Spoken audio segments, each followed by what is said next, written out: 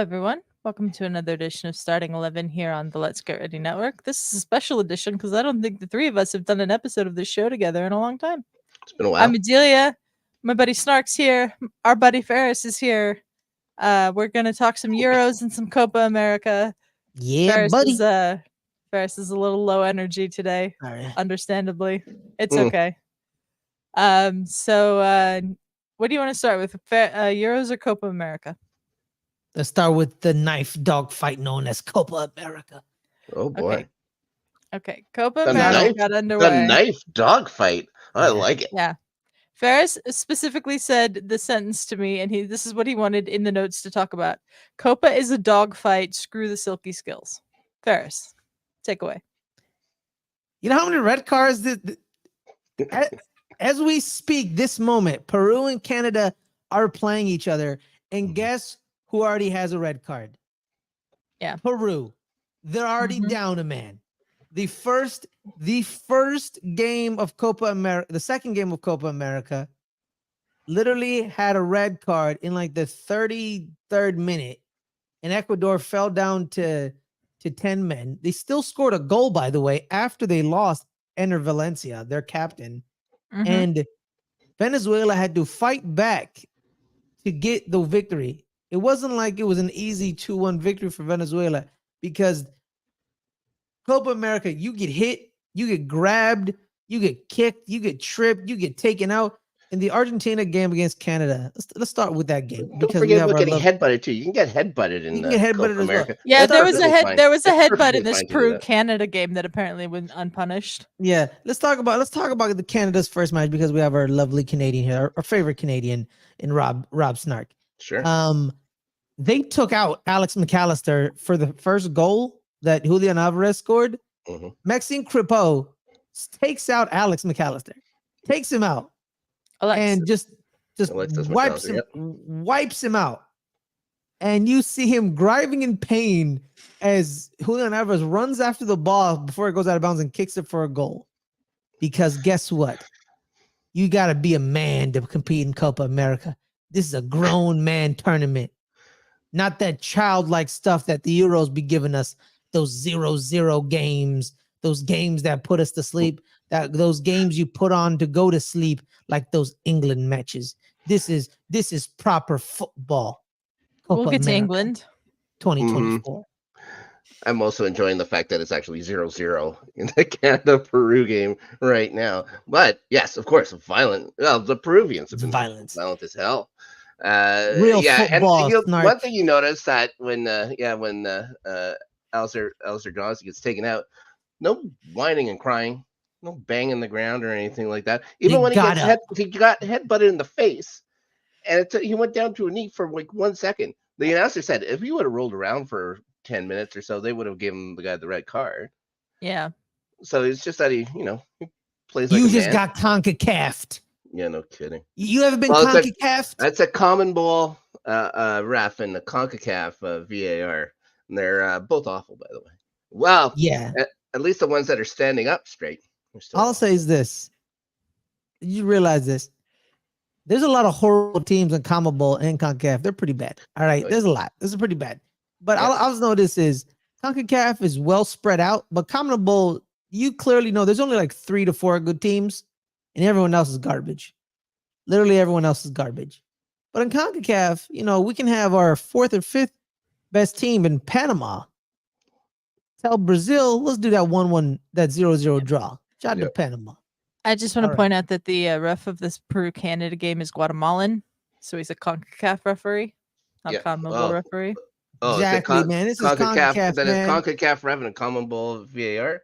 Something like that they were saying on the it's like there's officials from all over the place in this tournament, because the official that was the referee for the USA Bolivia game the other day was Italian.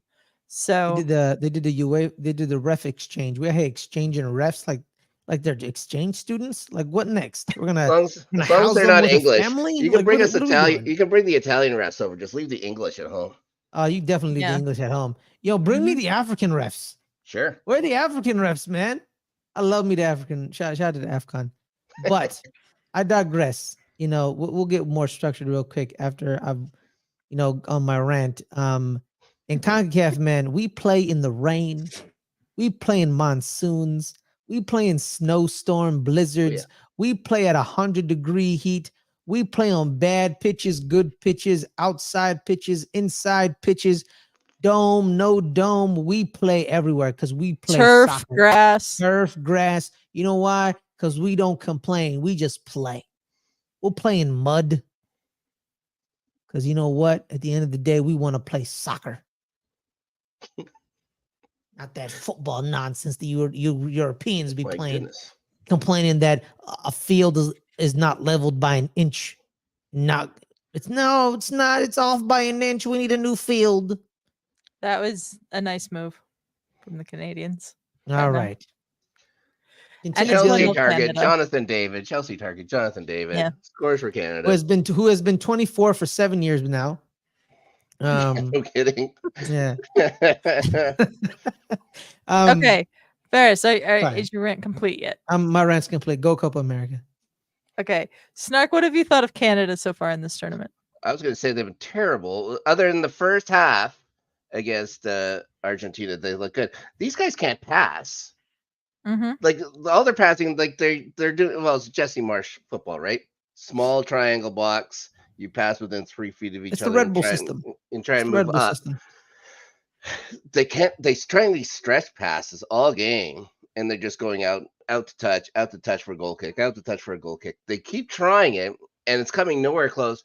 Poor Alphonso Davies has to run the entire length of the pitch to get anything going, except for just now. And it takes Peru to go down a man or whatever. Finally, they start moving a little bit forward. And a nice pass, I'll say a nice pass by Shackelford to get it over to Jonathan David. But Jonathan David had done nothing before this. Can we talk about Jacob Shackelford? Can we talk about how, Canada was pretty good, throughout most of the match, but they played better when he entered the game because he was just a different dynamic. He injected a new era of energy into the team. Mm-hmm. This is only just Jesse Marsh's fourth game as the head of Canada. This is his fourth game. The bad match against the Dutch, the 4-0 match against the Dutch, the draw against the French. Yeah. And then you have the loss against Argentina, which is 2-0. Like, I understand they lost 2-0 to Argentina, but they played very well. It was like when we were watching the Austrians against France and Austrians against the Dutch. They played better than their opponent for most of the stretches, but Argentina has this guy named Leo Messi who you give him a little crease. And I still even think that they actually played Messi very well. It's just that they had to devote so much time and space to Messi that it just left so much other places open and stuff like that. They were able to run down Canada's throats in the second half. Canada had their chances, and they had a great save in the first half too, but they had their own chances in the first half and really not much in the second half. Mostly they were being hemmed in, and this wasn't parking the bus stuff. They were just getting hemmed in all the time. They wanted to try and do something, but again, like even if they got the ball, how are they going to get it forward when you're only passing within 3 feet? You're only capable of passing within 3 feet. Mm-hmm. You're not going to beat the Argentinians. Yeah, because you still Charlie Davies before the tournament said like he doesn't understand why they play two strikers. Because why are you hamstringing Jonathan David's most skill back to goal target man? Mm-hmm. He's the one who comes in to get the ball, not Kyle Larin, because Kyle Larin can't do that. So they have to make Jonathan David do it. Yeah, and they have to make Jonathan David do that. But the problem is Kyle Larin can't do much anyway.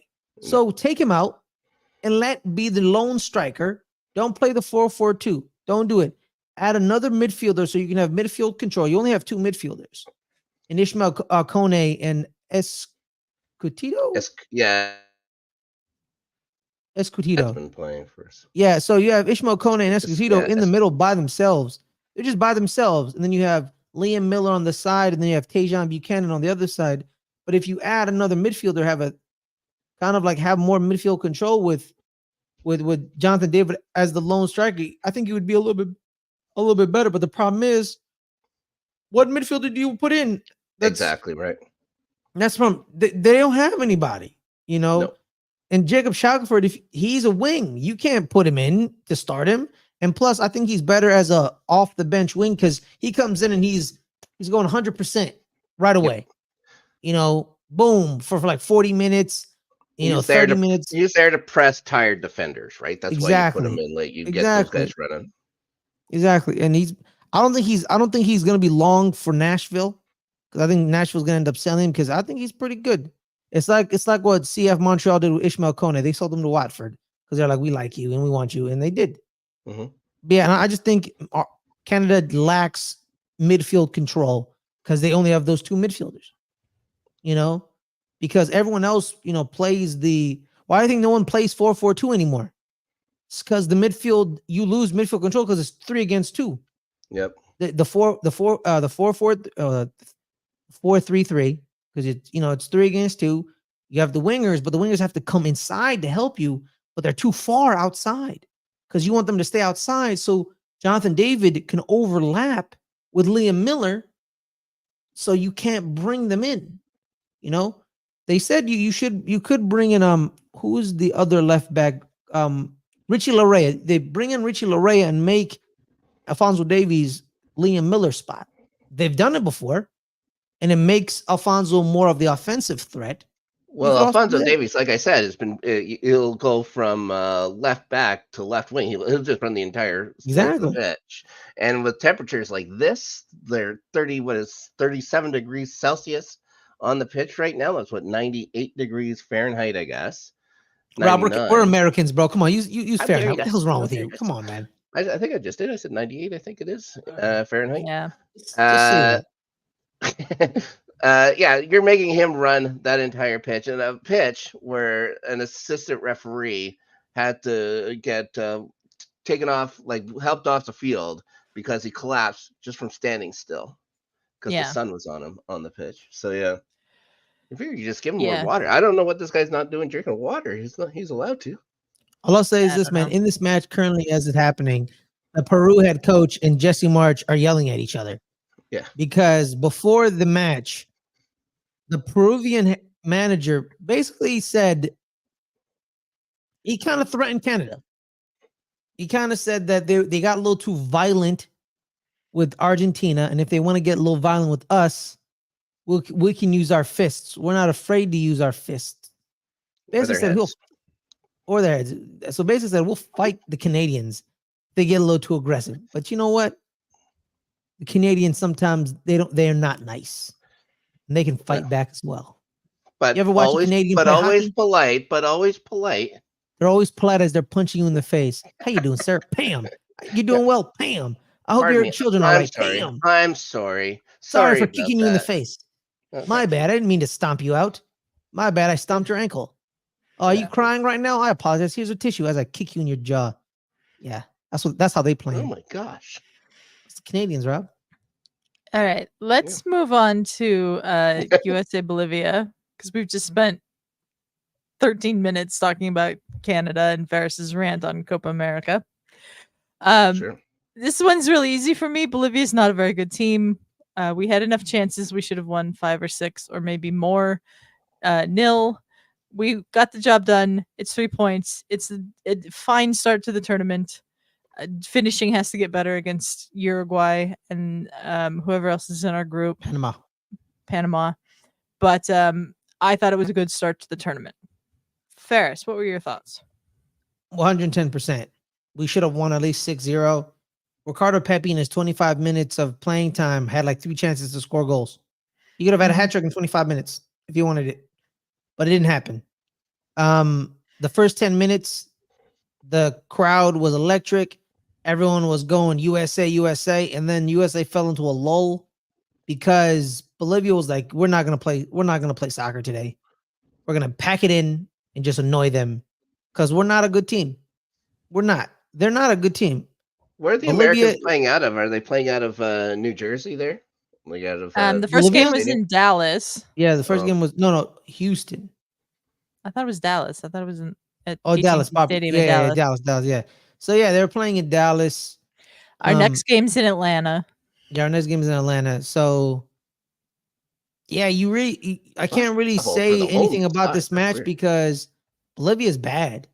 They're really bad, and we don't know if the Americans are actually that good because Bolivia's bad. Right. So it happens. You Yeah. guys got a good grid for your. Bolivia is ranked 84th in the world in the FIFA rankings. They haven't won a Copa America game, I think they said, in 9 years. Mhm. So this was not an opponent that I was expecting us to lose to. I think we did, well, just enough. We didn't really overexert ourselves. They tried Mhm. really hard for the third goal. We had a goal called back for offside.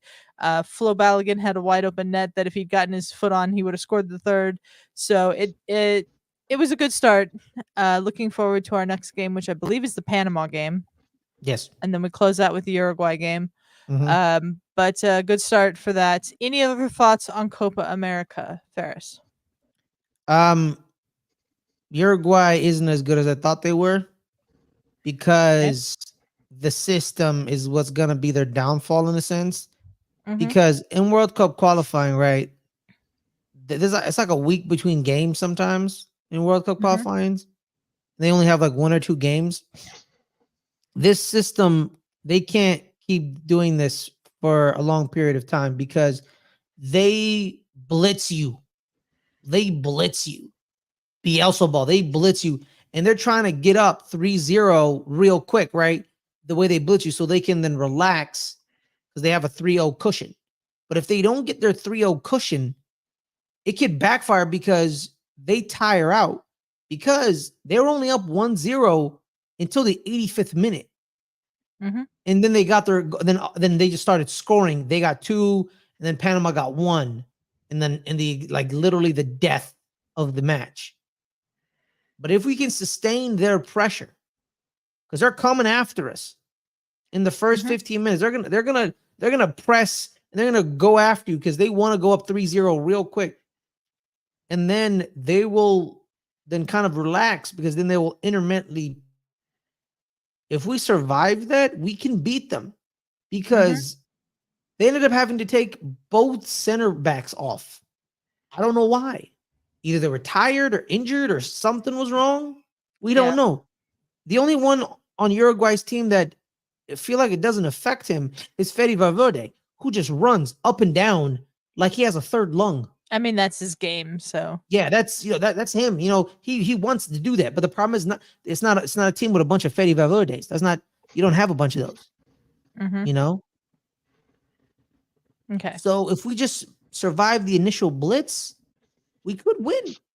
We could, but the problem is we have Greg Berhalter, so I don't know. Yeah. Snark. Canada, if this result holds, will not be eliminated tonight. They would have been eliminated with a loss. Any Yeah. high hopes for the third group game and Let's moving see. forward? They got Chile. Chile just managed the was it a And draw it was a against Peru? 0-0 draw with Peru. Yeah. There's hope. At this point, just one goal against Chile, as long as even if it's a draw, I think we go through, right? So there's hope to go through. I would be quite surprised. I'd still be quite surprised. Like with Canada, it's always going to be a surprise when they do well at a major tournament. That isn't like the Gold Cup. For some reason, we've done well at the Gold Cup of all things. So Well, I mean, the only real opposition at the Gold Cup for Canada is Mexico and the United States. There's not a whole lot of other opposition in the That's Gold true. Cup. So, you were going to say something, Ferris? Yeah, and usually the Gold Cup America sends their B team, sometimes their C team. So Not true. Not true. last Gold Cup we did, our A team was not during that Gold Cup. Our starting striker was Jesus Ferreira. Okay. They were still experimenting with Jesus Ferreira then. But anyways. Yeah, anyways. Let's move on. But before we do, I want to take a moment to shout out our editor extraordinaire, Danny Carvalho, for the new background. Thank you very much, Danny.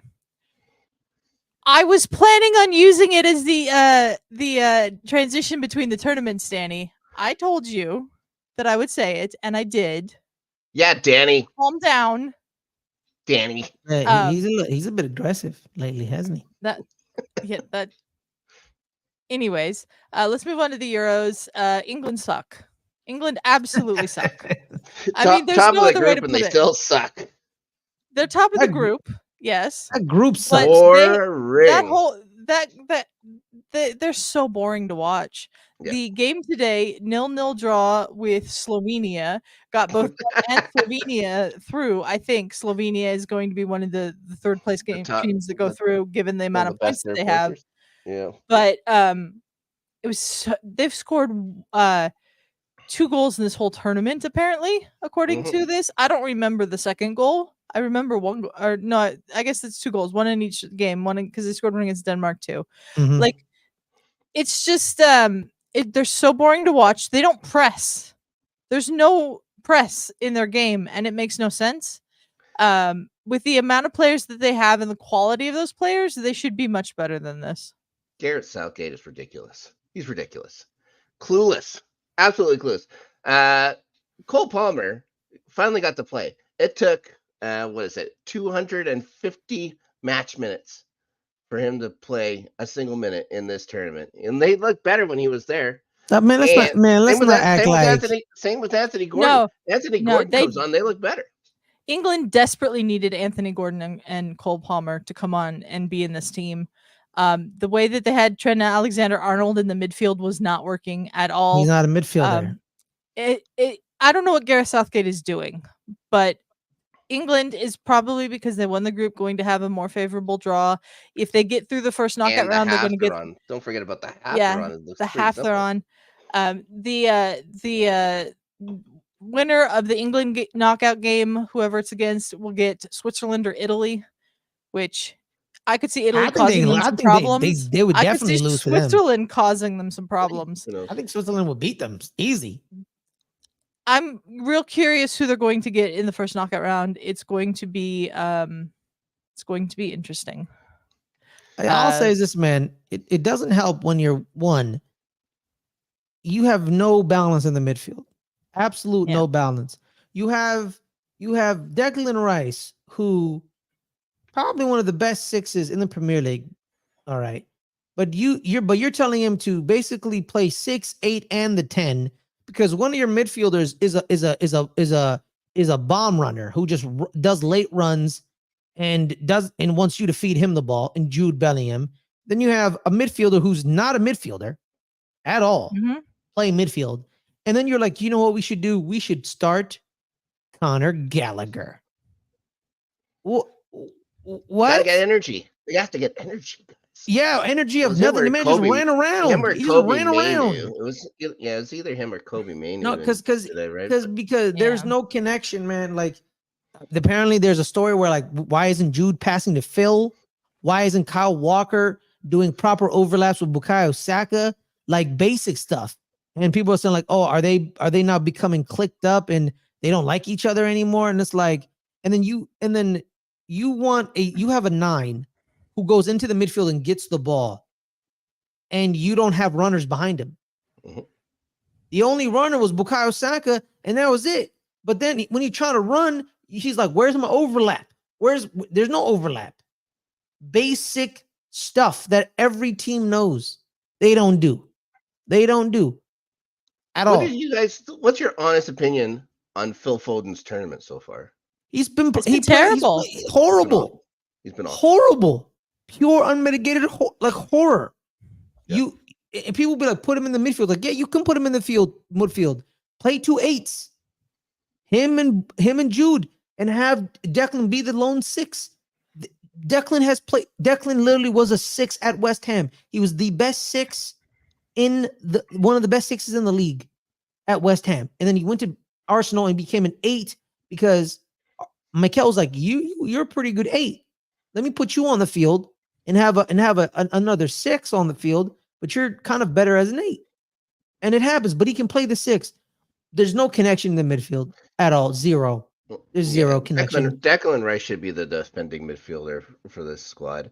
Yeah. It makes like every decision Southgate's making, you have to question it, right? I saw some comments about people saying, "Can you fire a manager after winning your group stage or whatever in a tournament?"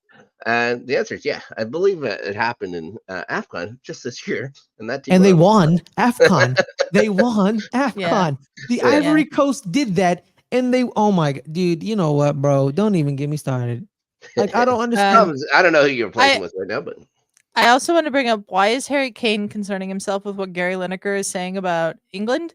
He made some interesting comments about how Gary Lineker and other England players who are saying that they're playing terribly need to remember what it's like to have worn the shirt, because they didn't win anything in either. And I just think that that's not something you should be focused on in the middle of a tournament. Like, just block out all the noise, concentrate on your job at this tournament. Like, it makes no sense. Also, everybody has every right to be critical of how England are playing, because they're playing terribly. Absolutely, do. And guess what? They play like shit, so they know what shit looks like. They were also failures, so they know what a failure looks like. They failed in 06. They failed in 04. Paycheck from they now. failed in 2000. And he'll always they failed in 98. So all he knows is failure. Exactly. Like they know what failure looks like because they've been failures since 1966. The alleged creators of soccer, by the way, it was created by the Chinese, so you want to point that out.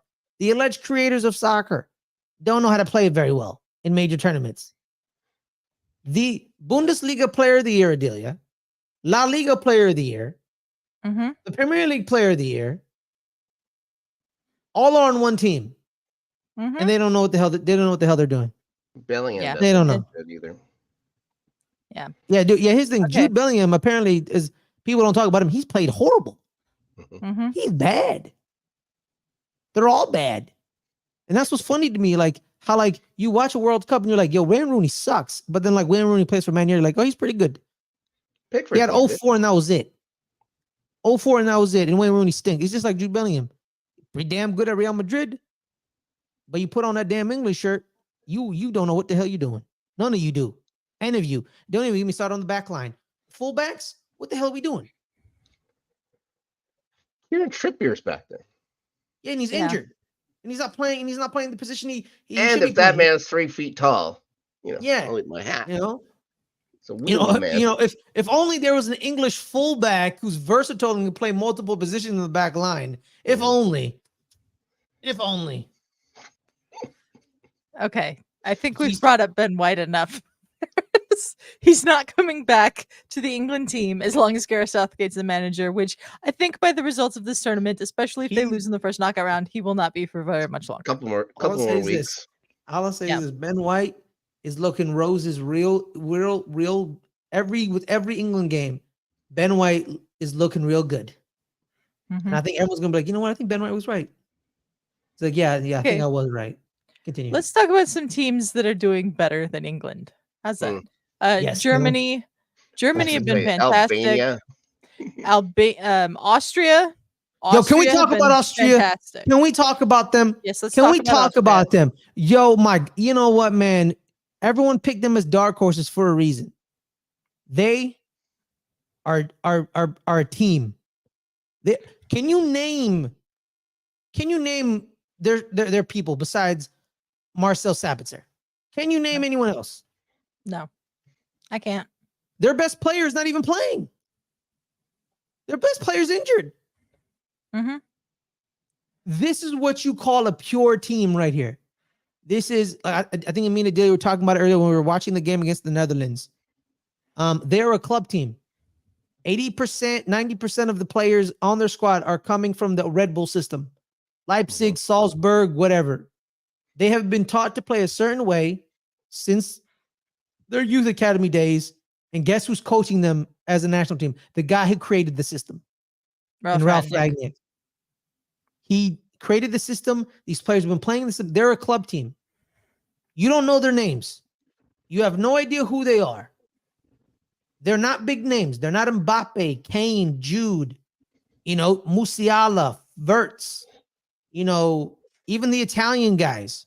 There's a couple famous Italians, but they're not as big as they're not superstars. They're not. No. They're a team, pure, unmitigated team. And I thought, They lost to France, and I'm like, but they were the better team. They lost to France, but France were the better team. No, Austria was the better team. Yeah, Austria was definitely the better team. I told Adelia, despite the loss, they're gonna make it out of this group. They're gonna win. And guess what they did? They beat Poland for the first time in 30 years. And then they went into the final group game against the Dutch today. They were up, it was drawn, they were up again, it was drawn again, and then they finally won it. 3-2. Yeah. They're a problem. Watch out for Austria.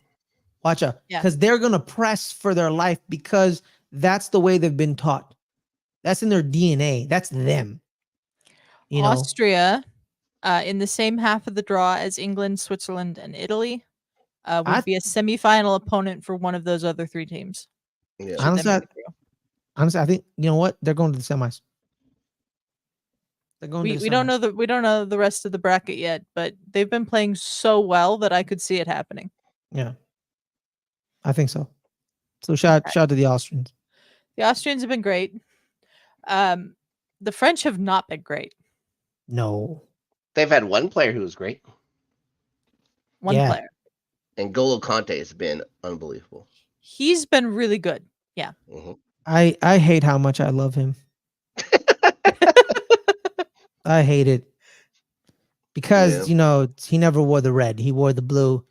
And imagine watching that man wearing, it's just a blue blur when he would play, just like running around. Just, like Rob said, 78% of Earth is covered by water.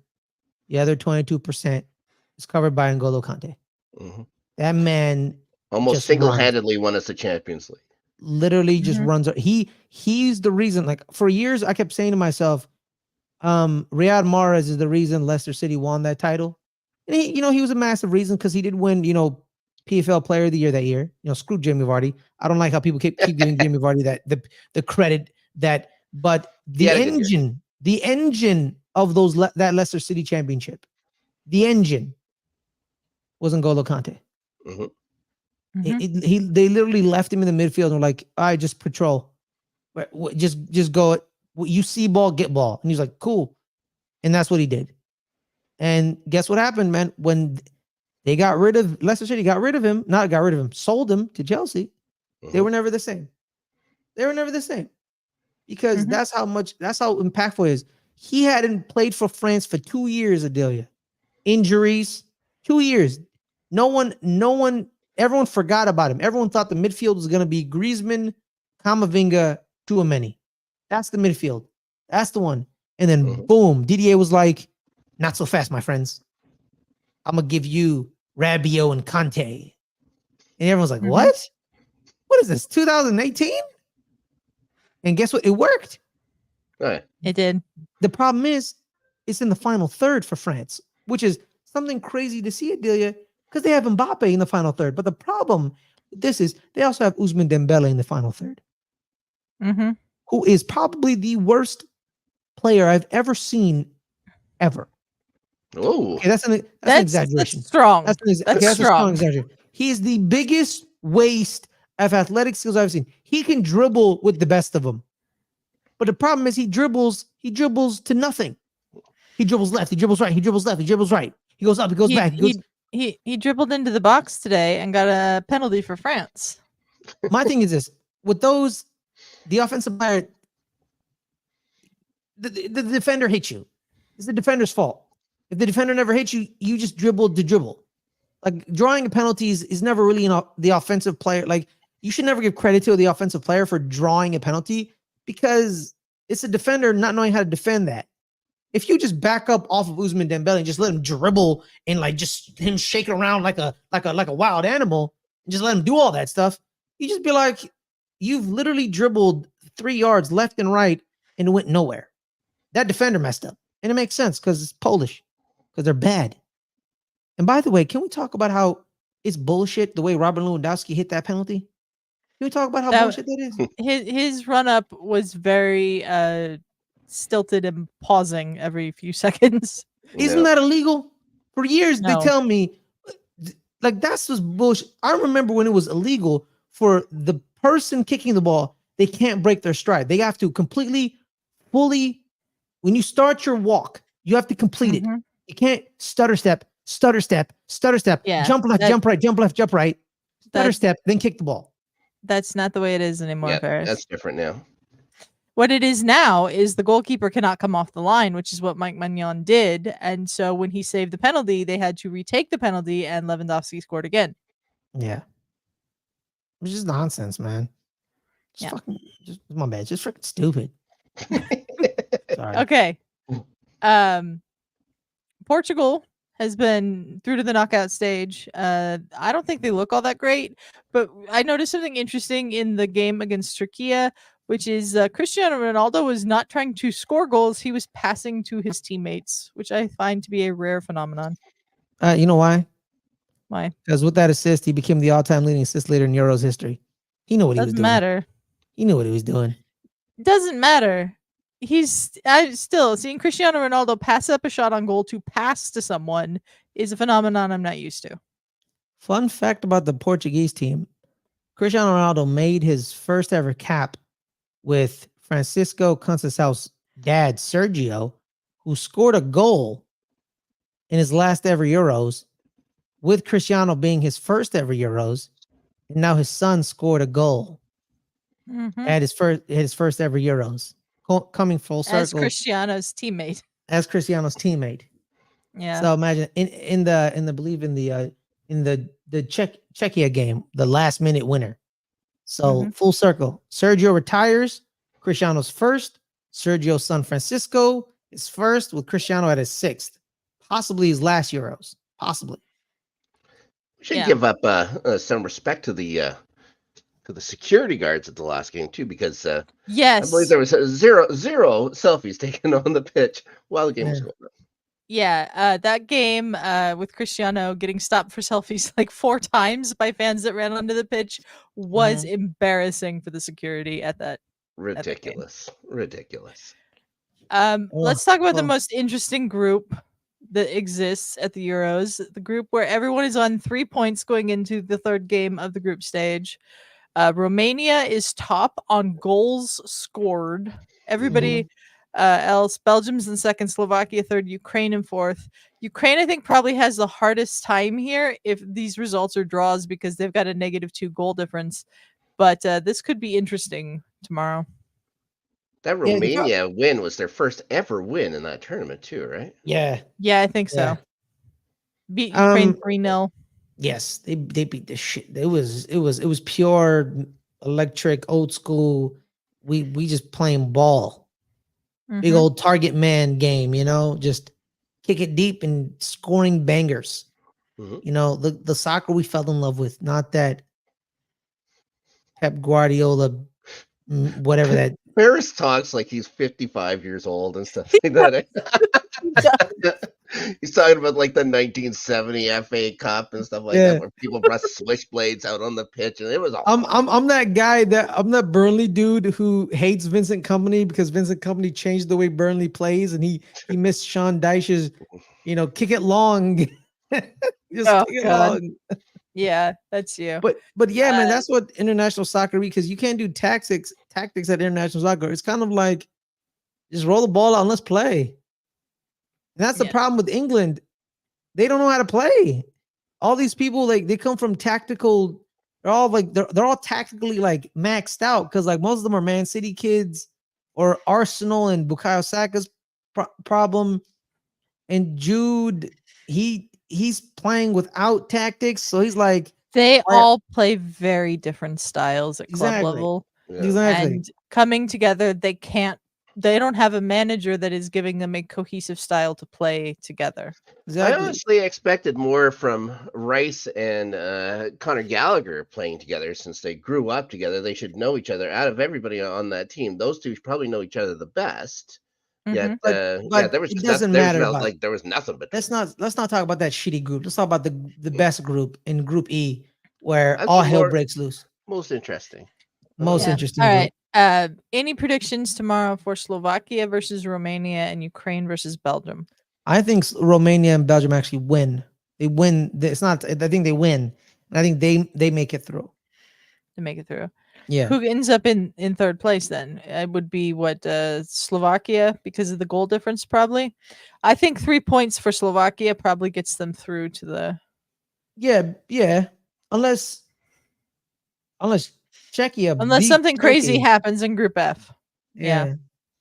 But I don't think Czechia is going to be Turkey because I think Turkey is definitely better than Czechia and Georgia. Well, I don't think they're better than Georgia because Georgia had a bunch of chances to win the game and Turkey kind of just like survived. So Czechia may beat them.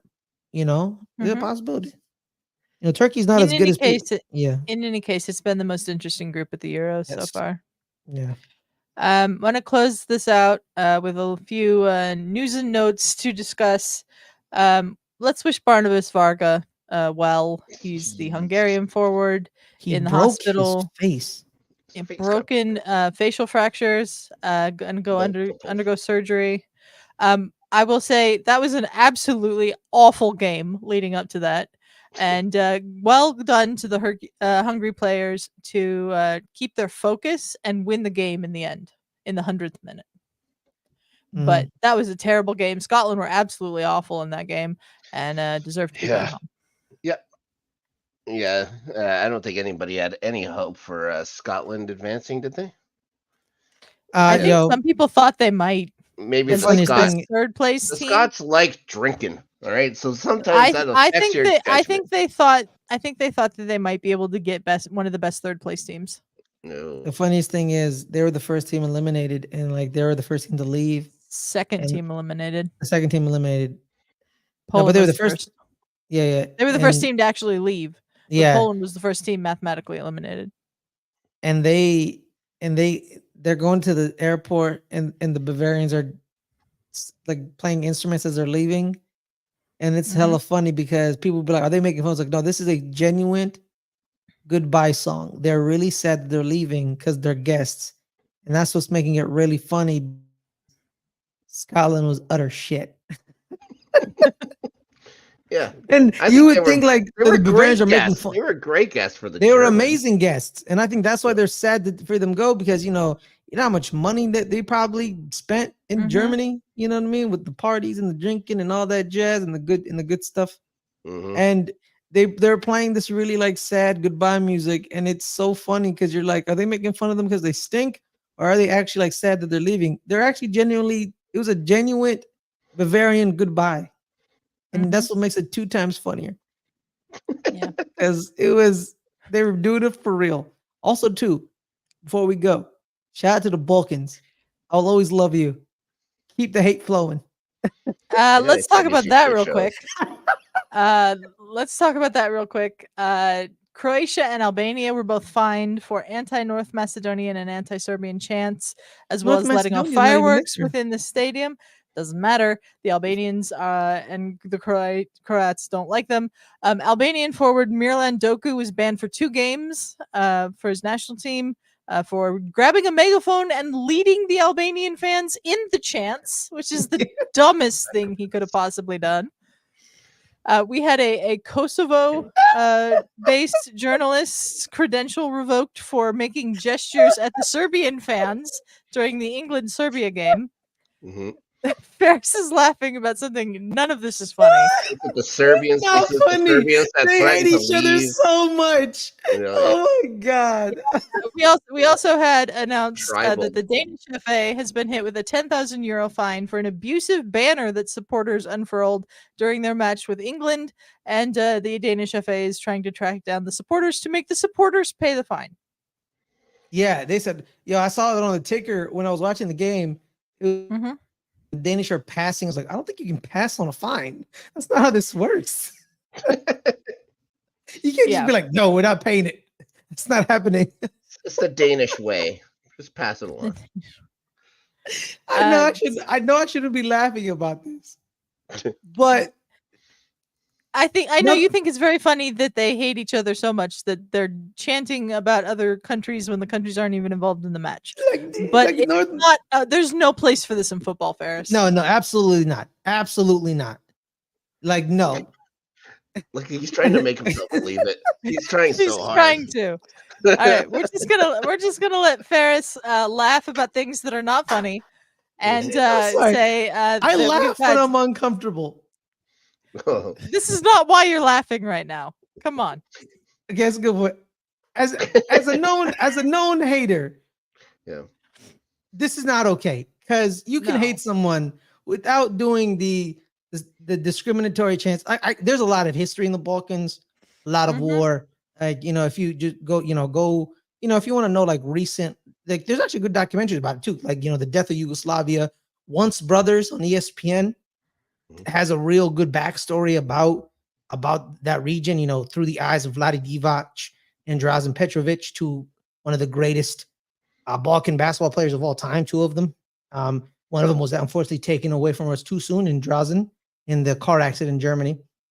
It's a lot of really hard feelings. Like I'm put on my serious, a lot of hard feelings about it, and could we get to a point where like they don't hate each other as much? Maybe. I'm never gonna say never. It'll never I happen. think that's It will never happen. unlikely. Yeah, it's never It'll gonna never happen in 100 million years. No, it won't. Yeah. It won't ever happen. I do hope that they stop doing this at football games though, because Yeah, there's no yeah. place for it. Because this is sport. We're here to have fun. You're here to win and cheer for your team, but we're also here to have fun because it's sport. Like people talk about how they want to use sport as escapism, and they want to escape reality. And but then this happens, so they're not allowed to escape because sports is life and life is sports. But for 2 hours, people try to not think about the world. Just give them those 2 hours. But if you want to create a big, like just don't be hateful. No, don't be an actual hater. I called myself a hater, but I'm a hater in the sports sense where like I hate Rob because he's a Chelsea fan. I don't hate Rob. I love Rob. Rob's my guy. But I will hate him because he's a Chelsea fan. You know what I mean? Like that's fine. But like the actual hatred stuff about it, it's really hard. It's really disheartening to see. Sometimes I hate myself for being a Chelsea fan. You know what, Rob? Not usually though. Only the last couple of years. On a lighthearted note as well, I love how Fares gave that wonderful sentiment there, but only after he put on his serious hat. Yeah. Yeah. Okay. I have many hats. In all seriousness. You have many hats. I have many hats. Actually, I have Thank a you lot of everyone hats. for joining us. I'm sure you do, Fares. Thank you everyone for So joining can we us. talk about Brazil? I asked you if there was anything Classic. else in Copa America you wanted to talk Classic. about, and you Just said realized no. that. I'm sorry. I All right, realized talk that. about Brazil. Talk about Brazil. All right. Yo, Brazil is bad. They're bad. They have no true number 9. They're playing a winger at the 9 in Vinicius Jr. He doesn't know how to play the 9 because he's never played the 9. Just so they could, I don't know who they made play his position. They played a 4-3-2-1 nowadays. And I don't like, what are they do? What are they doing? What is Dorival Jr. doing? Like, I don't understand this. They had they had half chances to score, but they were disorganized. They have no midfield control. Lucas Paquetá and Joao Gomes are. I love the Fares froze at that moment. Yes. It was very It's a good funny look. watching the Brazil game yesterday because JP Del Camera was doing the commentary for Fox, and he didn't say Paquetá, he said Paquetá, like every time. There was a pauses in there that should not have been in there. Yeah, like all I'll say is this, man. Like looking at the lineups, man. So they had Rafinha and Rodrigo playing the wings, and they had Vinny playing the 9. That's not gonna work. You can't play Vinny at. I think they thought it would work against Costa Rica, but it didn't. It didn't work. In Costa Rica, just out here rebirthing Keylor Navas. It's like let's just find Their goalkeeper was very good. Like he's very good last night. Like Patrick Sequeira. Sequeira plays for Ibiza. For Ibiza. He's in the second division in Spain, I believe. Yeah. Oh, hey, I think I've seen their jerseys. They're pretty nice. All right, my bad. Jersey head. I apologize. But yeah, like it's 0-0 in the 80th minute, and Eder Militao, instead of playing it forward and pushing up on the attack, does a no-look sideways pass. Mm-hmm. So you're telling me these two dudes play better than Gabriel Magalhaes? What? I don't know, Fares. I don't know. What? Brazil were not good last night. Brazil will probably be better in their next game. They have Bruno Gomes in the middle. They have no midfield control. There's no midfield balance. I can't believe I'm saying this, Adelia. I've only said Okay. Brazil is horrible once. Okay. Horrible once. And that was after Germany beat them 7-1 in Brazil. Brazil is horrible. Brazil is in a group with Colombia, Costa Rica, and Paraguay, so I think they'll still make it through. But yeah, well, unless Colombia Costa is Rica, definitely going to make it through. I don't think Costa Rica is Rica. going to. Costa Rica might beat Paraguay, but I don't think they're beating Colombia. I'd love it if the Chicos go through. What if they draw Colombia? You know what I mean? Colombia's on that hot streak right now. They've 25 in a row, 25 games. So I just don't see it. Not after the performance from the Ticos last night. Yeah, I also brought up the Eder Valencia red card. I still believe Venezuela and Ecuador make it out of their group because Mexico and Jamaica are trash. Here's my problem with the Eder Valencia red card. He kicks the man in the neck/chest area, and it takes VAR to turn it into a red card. Yeah, he is suspended for the next game. I understand that, but I still believe Ecuador and Venezuela are going to make it out of that group because Mexico lost Ederson Alvarez, and Jamaica doesn't have Leon Bailey. They're bad. Both teams are bad. And I think even though Ecuador lost, they're still going to make it through because they're going to beat Jamaica and Mexico. Okay. Yeah. Any final thoughts from you, Snark? Can we talk about Brazil? Okay, no, that's it. Can we talk about Italy real quick? The Azzurri. Do we want to talk about why I've never understood why they wear blue? Anyways, it's weird. It's weird. I don't understand why the Italians wear blue, and I don't understand why the Australians wear green and gold. Yeah. The flag? Nope. No. Oh yeah, because Australia's flag is blue. Yep. It's the Union Jack in the corner, and then the was it the Southern Cross or whatever? Italy's flag is white, red, and green. I believe. Yep. Even Azzurri means blue. Azzurri means blue, yeah. Yeah, why do they wear blue? No idea. Since the what was it, the 90 World Cup or whatever, it's like, why are these guys wearing blue? Anyways, whatever. Speaking of the 90 World Cup, I saw a video. Oh boy. I saw a video. Sorry. Saw a video of Argentina getting booed at the 90 World Cup, and I was laughing my ass off because they deserved it. Okay. Yeah. Because that was the World Cup after Diego Maradona cheated. Yep. Because he's a cheater. cheater. The refs just as much as Maradona, but sure. What's Maradona going to say? No. Whatever. Yeah, good point. Do you have anything else to add, Fares, or can we end the show? He's looking. I hope Chile makes the upset like 2016. That game is about to start. Chile versus Argentina. Fares, where can people find you? You guys can find me on these channels.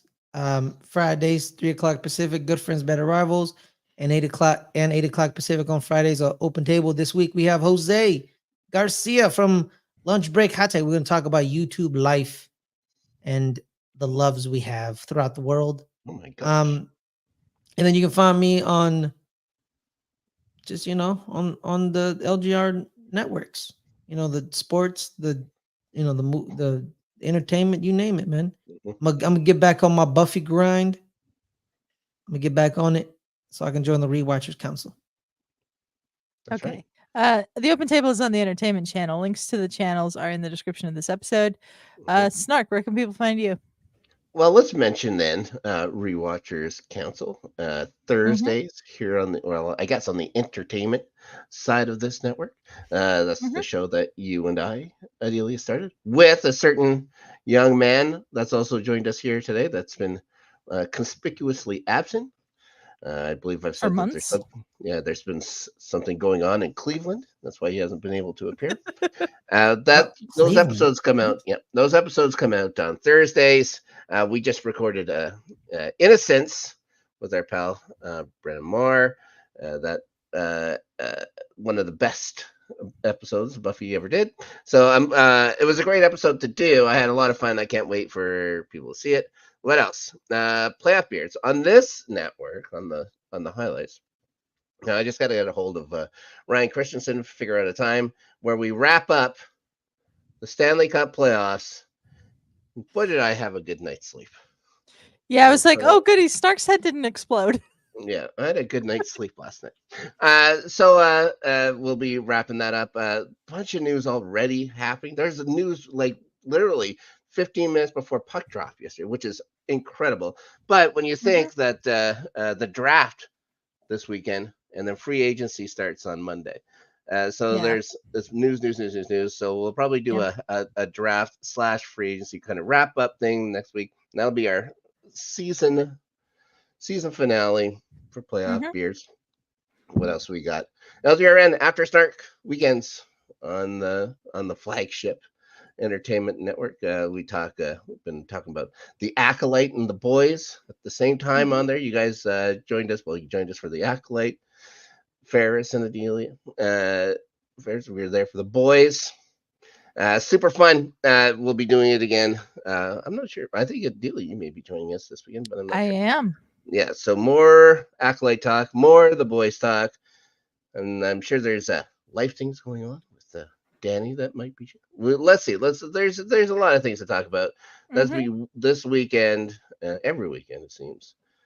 Let's Get Ready Network afternoons now for some reason on Saturday. Yeah. As for me, tomorrow on the Entertainment Channel, Nostalgia Crackdown comes out. We did an episode on the First Class League with Brennan Marr, the former FCL Star Wars champion. That was me and Josh. I'll be on Rewatchers Council and After Snark this weekend. And we will be back here next Tuesday for another episode of Starting 11. Until next time, y'all, we are out of here.